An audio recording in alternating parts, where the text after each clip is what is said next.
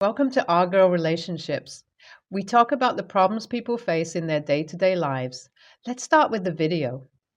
I wasn't surprised when my fiancé, Bella, who has always been the type to go overboard whenever there was a special occasion, wanted an elaborate, lavish wedding.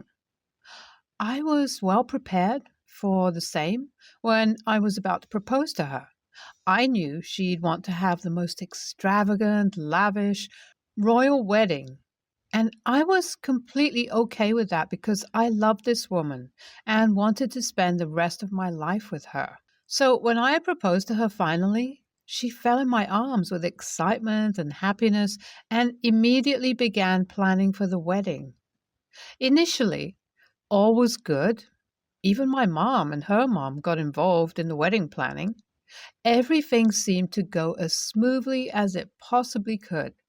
But eventually, within the span of 2 months, my mother pulled me aside one day and told me that Bella was being too difficult and to keep her in check. This led to a huge fight between us, and we stopped talking. So much so that it led to her completely dropping out from whatever contributions she was planning to do for the wedding and attend as a guest. This led to a fallout between my entire family and I.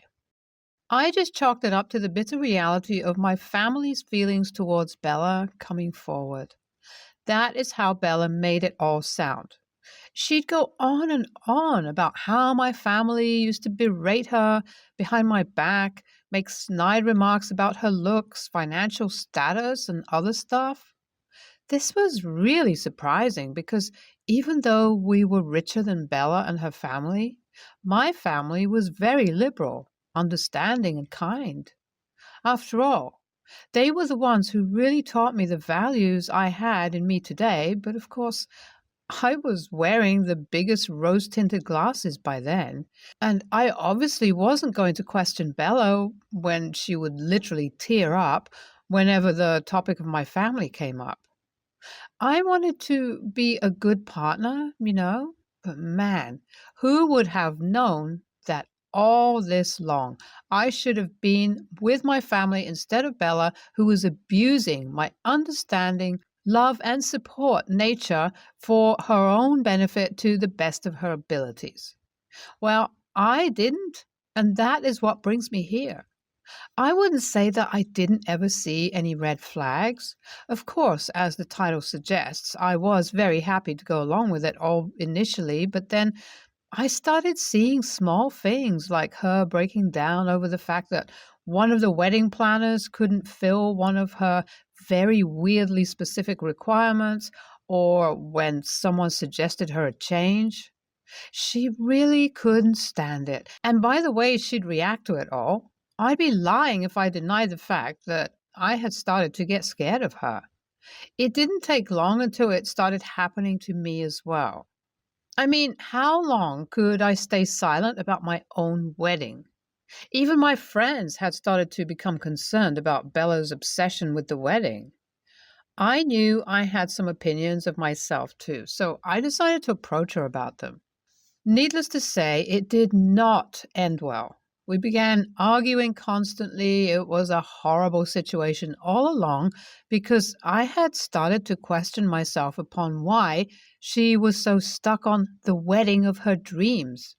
And honestly, I really have to give it to her because she really recreated her entire folder of printouts and cutouts of her dream wedding inspo. But in the end, none of it was to celebrate our love, and I found out all about it just a month before the wedding, and that too at a party where we were supposed to celebrate our anniversary. Well, everyone was over that day, most of our friends, our families, you name it. It was our 5-year anniversary, so it was a big deal for us.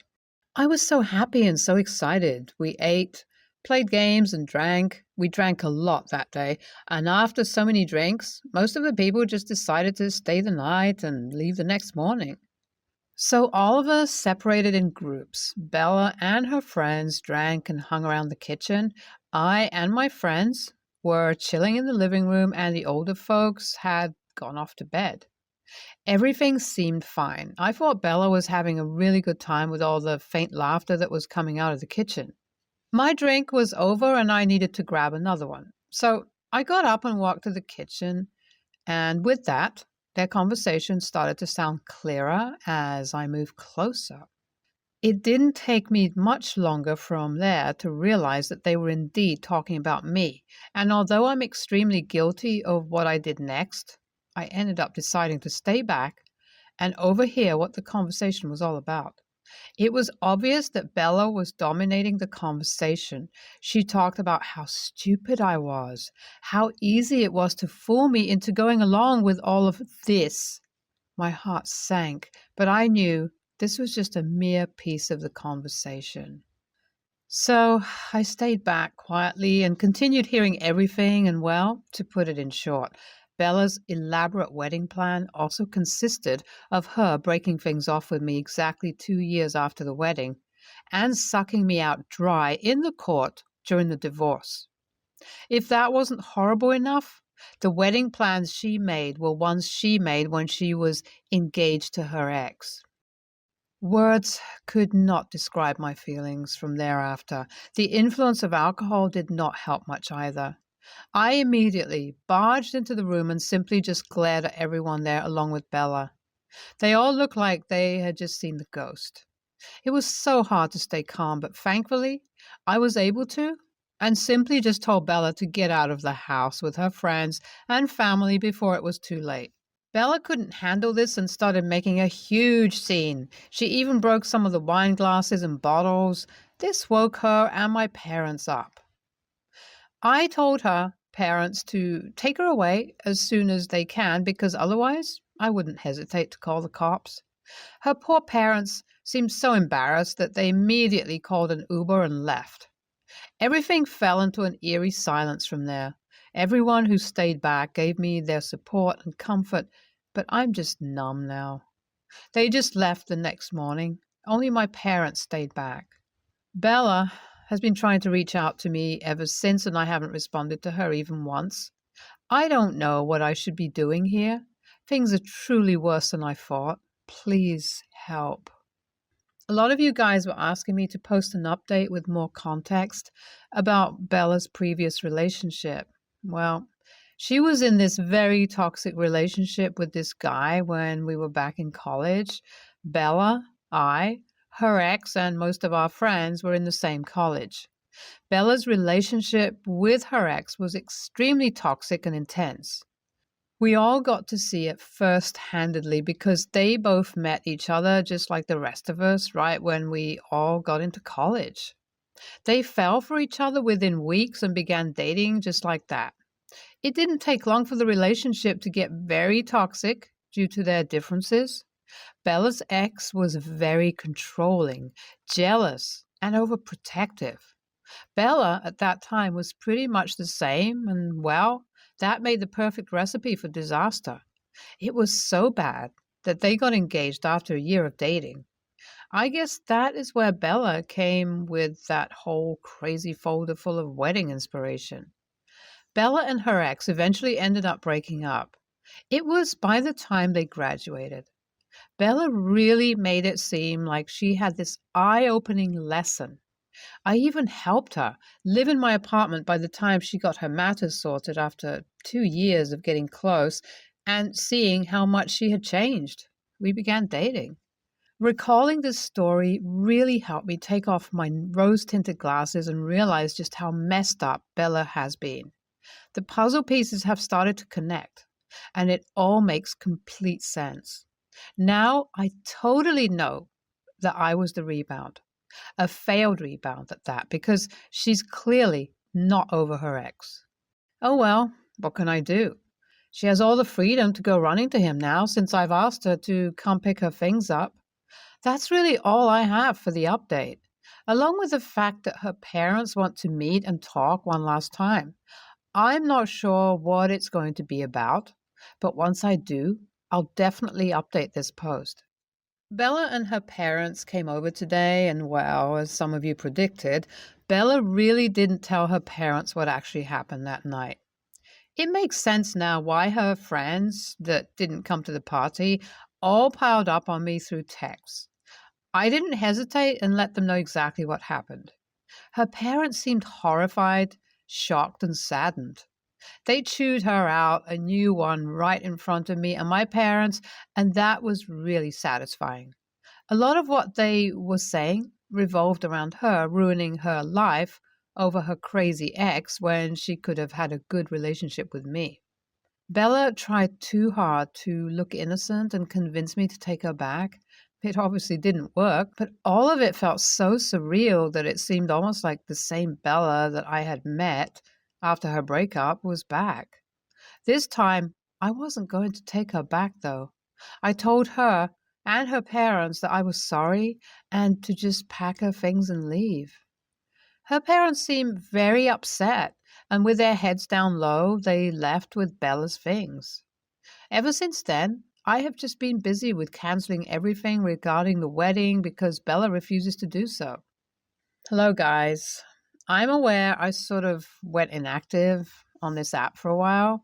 I'm sorry about that. It was just that I was so busy trying to get everything sorted. I really got stressed and really needed a break. So I decided to log off the app and decided to get to work. Well, I first moved houses, and that was a great change. The next thing I did after that was go on a small vacation with the money Bella's parents were so kind to give me because of all the money I lost due to the wedding. It really makes me wonder what went so wrong that people as kind as them had a child as vile as her. At least I was glad to hear that they kicked her out of their house right after they found out about everything. She's currently renting a shitty apartment with one of her shitty friends who are at the party cheering her for using me. They both deserve each other, and I truly do not care who she lives with anymore, as long as it's away from me and my loved ones. Thank you, guys. NTA. Oh my God, OP. Really put this D in crazy. He must really have good luck, though, that he found out about Bella's plan before they got married or anything, or she tried to baby trap him. I really hope he can restart his life and find someone that's good for him. NTA, OP could have saved so much heartbreak if he just used some common sense. I mean, isn't it common sense that someone as crazy and intense as Bella wouldn't change so quickly? It's still good that you were able to get away before you tied the knot. I, 22, female, am autistic, and my special interests are kind of childish. My Little Pony, Monster High, Ever After High, Disney, etc. I'm perfectly happy with this, but I have a friend, 22 female, Gigi, who often brings along one of her friends, 22 female, Ivy, when we hang out. And Ivy always makes very pointed comments about my interests and disability. I've told her it hurts my feelings, but she doesn't stop. A month ago, I bought a bright red genuine leather jacket used from Poshmark with the intention of altering it to look like a Monster High character's jacket. Holt hides, if anyone is wondering what it looks like. When I told Gigi about it, I guess she told Ivy, who demanded to know what the brand was. I told her, and she freaked out, saying I was insane to alter high-end clothes for my effing creepy doll thing. So I got the jacket, altered it as planned, and it looks great. I wore it to hang out with my friends, and Ivy actually complimented it, asked where I got it. I told her it was the jacket I'd altered, and she was shocked. She said she thought you'd just butcher it and hadn't thought it would actually be cute. At the end of the night, when we were both slightly tipsy, Ivy pulled me aside and asked if she could borrow my jacket to wear to a concert. I laughed in her face and told her there was no way in hell. She got really mad, but I refused. Now she's talking about how tacky the jacket is and how I'm a woman child, embarrassing myself with a kid's doll jacket. Gina told me I should have just let her borrow it. So I want an outside perspective. AITA? NTA. Gigi isn't your friend, OP. I want you to read that again and let it sink in. She brings a bully into your life and allows her to mock and hurt you and doesn't stand up for you. Gigi is not your friend. Neither of them is. Please find nicer people to spend time with and do not leave your jacket anywhere that they can get access to it. Ivy or Gigi will steal it, and they will never return it. I believe Ivy would ruin it out of spite. There's nothing shameful in having those interests. Everything made for children is created by adults. Imagination and passion are the driving forces in life. You have both in spades, and you deserve better than the toxicity of those people. Try hitting up local craft groups to find others who will appreciate your obvious talents. NTA, while your interests are geared towards kids, they are not childish. Adults can enjoy things made for children without it being childish or creepy, like you. That said, you should tell Gigi you are uncomfortable with Ivy because she insults you and mocks you. You are asking that she not bring her around you. If she tries to change your mind or pressure you or just ignores your request, then you should look at getting new friends. You don't deserve this kind of treatment. NTA. I cannot stress this enough. NTA. I'm autistic too, and this is just too far. Gigi is not a friend at all for actively including someone who bullies and mocks you. And even disregarding the autism, it's a genuine leather jacket that you altered that she also initially insulted, and now she wants to wear it to a concert? No way. Literally no way. Both Ivy and Gigi are toxic as hell. I'm 25, female. My brother is 17 and is quite the golden child and is worshipped by everyone in our house, including me. He always gets his way, and sometimes even we let him. I started observing since past year, he has become increasingly entitled and always expects that his demands should be fulfilled. When I first realized we were the ones who were enabling him, I started to say no to stuff which I found unreasonable. I even talked to my parents, but they think he's a teen and that's how they are. Around a few months back, my company laptop stopped working and I had to buy a new laptop as my company said a new device won't be available for at least 1 month. There was some procurement issue.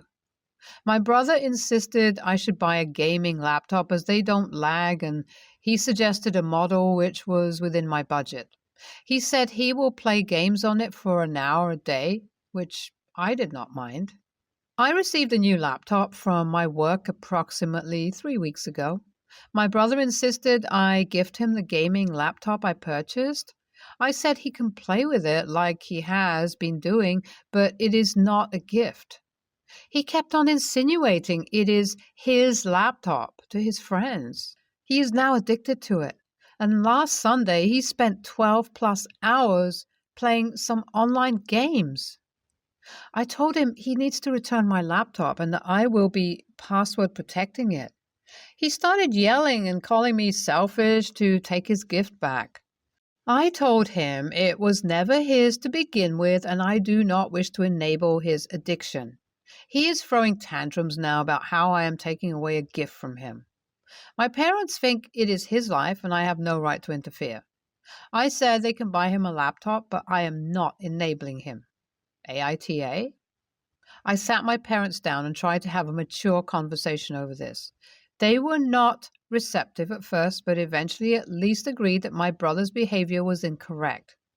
I had a long conversation with my brother about his entitled attitude, not only on the laptop issue, but just overall. And I'm not sure if he would change easily, but for now, he apologized and promised he won't use the laptop until I allow him to. Thanks everyone for help. NTA is not a gift. It's you allowing your brother to use a device which you paid for. Your mom and dad are facilitating his spoiled behavior. If the computer really is his life, then he's disconnected, and this behavior is clearly symptomatic. It could lead to dangerous online behavior, trolling, and the like.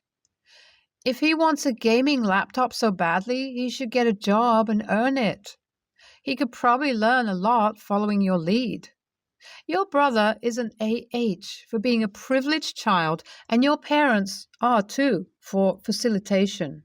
I am shocked that your company is allowing you to use a non-network computer for work purposes. That's just asking for network trouble like viruses, ransomware, Trojan horses, etc. You should have never let your brother start gaming on that PC. But that was a foolish kindness, not a-holery. The way your brother is behaving makes me wonder if your computer has already been compromised. It doesn't sound like your brother uses very good judgment about computer activities. Your brother has a huge sense of entitlement. Take the computer back to where you bought it, get your money back, and make your place of employment purchase the computer like they're supposed to, or find you a loaner. Keep your computer password locked until you can return it and get your money back. NTA.